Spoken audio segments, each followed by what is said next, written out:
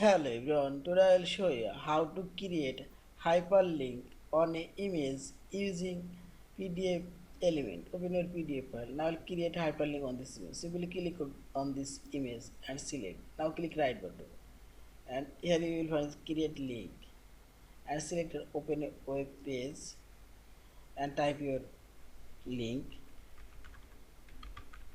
google.com and this is rectangle visible if you are not visible and this border select for and this color and this is border style and this is invert and push border style show this and select apply and see this our hyperlink now created and now double click on this image and select yes and see this our hyperlink created on this. If you want you can delete this hyperlink.